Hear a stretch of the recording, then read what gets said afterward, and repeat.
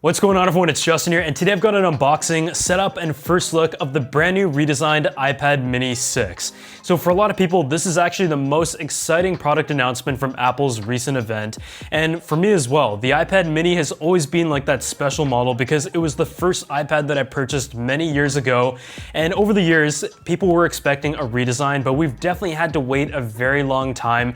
But based on the improvements that they have made, I feel like this is one that I'm really excited to use and check out. And for a lot of like students out there, or for kids and people who want to consume media in a relatively portable form factor while also enjoying the Apple ecosystem, this is going to be the perfect model to buy. As you know, in Apple's lineup, there is the iPad 9, which it's extremely affordable, and for a lot of people out there, I believe that is the best deal. But the iPad mini has kind of had an odd place in the lineup, being a model that is not the cheapest one, but also has pretty good specs, an upgraded camera, and allows you to run the apps that you would like. And in fact, it does have pretty much the same design scheme as the iPad Air 4 and has a more powerful processor that matches the same one on the flagship iPhone 13 for this year. If you guys want to check out my early iPhone 13 coverage or look forward to any other tech and Apple videos, make sure you subscribe to the channel, drop a like on this video, and also leave a comment down below about your favorite feature, as well as what other videos you would like to see or any questions that you would like to see me answer about the iPad mini 6. Taking a look at the box, it is relatively small, and it comes in 4 different colors, including a pink, a purple, a starlight, and also a gray. My favorite one is usually going to be the gray, but the starlight does have a bit of like a silver or goldish look to it. So let's just actually dive in. And you can see it has like the mini art on it, which is kind of a cool touch. And it does also have the compatibility with the Apple Pencil 2. So you can do all of the great like drawing, retouching, and artistic stuff that you would like on this portable iPad. But unfortunately, there isn't a first-party smart keyboard, but instead a folio case for you to purchase. So yeah, taking a look at this, it looks like Apple has moved away from the plastic continuously, and this is like a bit of a paper covering. So just sliding this over and taking a look at like the Starlight for the very first time, I will say it does look a lot like, I don't know, like a light silver. It does have like a bit of like a goldish tint to it, but it is very, very subtle. And in general, I would almost describe it as like a champagne that is more so silver than it is champagne.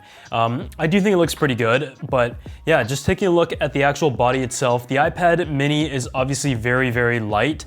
This is actually the cellular model as well with 5G, but there's also the camera cutout that matches the kind of taper on the iPad Air 4. But just setting that aside and taking a look at the other things that are included in the box, you do have your instruction manuals, and there's also the 20-watt charger.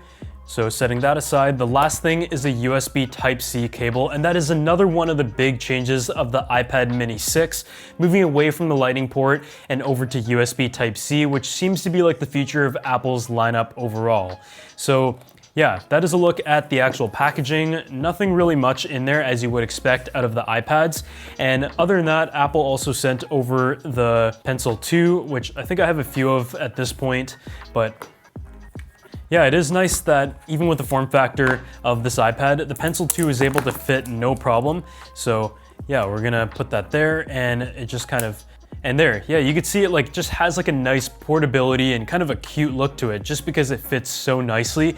But there isn't like a smart connector or anything, but I do expect third-party manufacturers to be making keyboards for the iPad mini sometime soon, because I still think you can fit like a decent sized keyboard with this. It just isn't going to be as comfortable as you might be used to on like the iPad Pro or the iPad Air, where you can essentially fit a full-size keyboard that you typically find on the MacBook lineup. Before we move on though, I want to give a huge thanks to the sponsor of this channel, Keeper Security, and their password manager, because that is going to be the first app that I install on any device and also on this brand new iPad mini 6.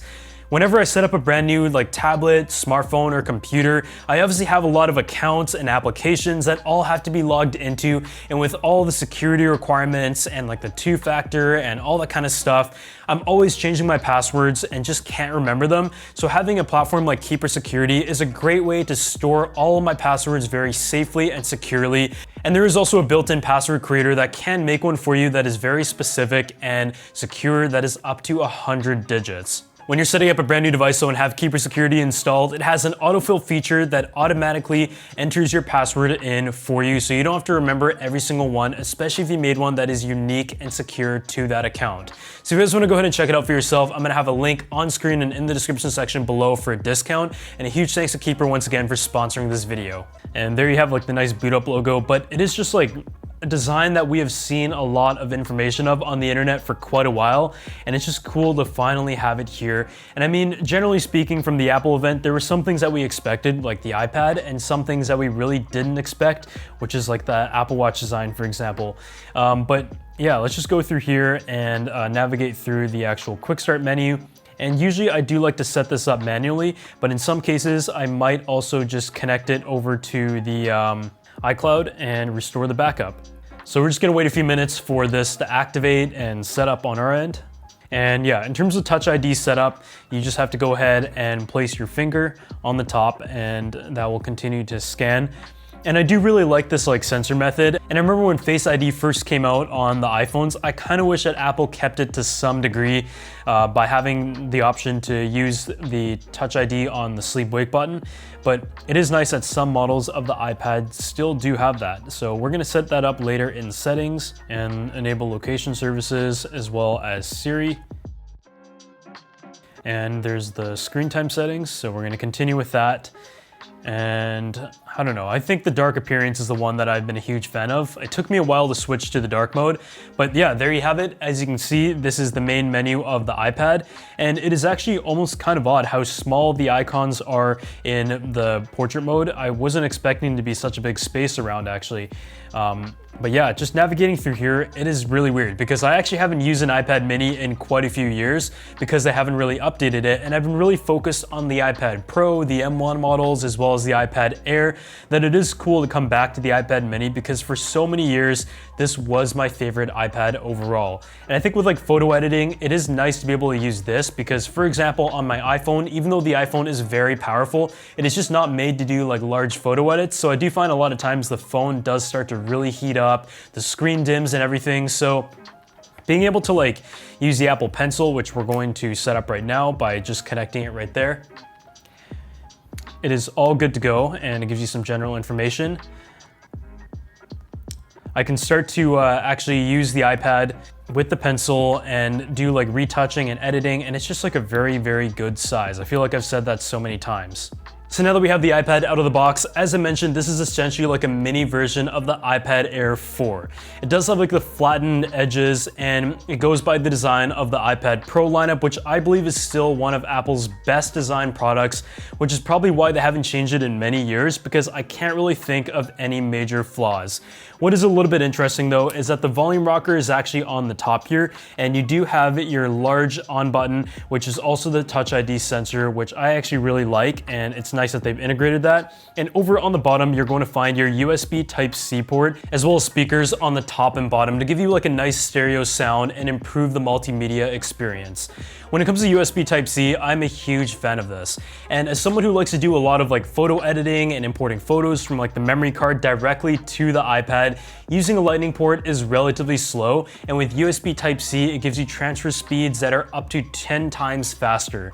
So if you want to just like plug your SD card in and start editing, you can do that. And with the compatibility of the Apple Pencil, the Retina display being 8.3 inches compared to 7.9 on the previous generation iPad mini, it also has the wide P3 color gamut and True Tone, that this is really a tool that you're able to do some pretty intensive work on in a very portable factor that can go in your backpack, your purse, and just bring it around everywhere. On top of that, it also has the Apple A15 Bionic chip, which is actually a 6-core CPU and a 5-core GPU, but it is clocked apparently a little bit less than what is on the iPhone 13, but it still brings you plenty of power and more power than the iPad Air 4. I feel like this is going to be an iPad that a lot of previous owners of the iPad are going to jump towards because there hasn't really been an update since 2019, and even that was relatively minor because besides like the redesign and the larger display, the performance improvements are 40% on the CPU and 80% on the GPU, which is actually very significant. And just looking at Apple's like chipset, if you compare it to like an iPad Pro from even 2018, this actually has more power in that A15 chip. This right here is a 12 megapixel sensor. It's a single camera, which is a big improvement from the 8 megapixels that you're going to find on the previous generation. And on the front, you also have a 12 megapixel ultra wide front facing camera that does have center stage, which essentially keeps you in frame like it does on the iPad Pro in FaceTime calls, which works very, very well. And I was really impressed by the field of view. So that is all nice to see. And it's a big improvement once again from the 7 megapixels on the previous generation front facing camera. It can also record 4K video, but when it comes to like the overall improvements of like the sensor, the image signal processor, that all comes together to give you a great camera experience with the HDR technology and what Apple has really worked on with the conjunction of software, hardware, and also neural engine optimization in the past couple years specifically. But just like holding on it for the first few minutes, it is just such a comfortable size where you can completely palm it with one hand. Your like pencil just fits in, and there's just no excuse not to bring this everywhere. And with the 5G support, it is just like a very powerful tool. The battery life and everything is expected to be the same, but I think this is definitely an iPad that I'm going to be using a lot. It is just so portable, and a lot of times I just don't really want to bring anything around with me like a large tablet or a MacBook. But yeah, I'm a huge fan of this iPad so far, and I look forward to bringing you guys like a full review. Otherwise, if you guys enjoyed this video, make sure you go ahead and drop a like, subscribe to the channel, and if you guys want to see more Apple coverage, have your notifications on and check on the channel as well as the links down below, and I'll see you all in the next one.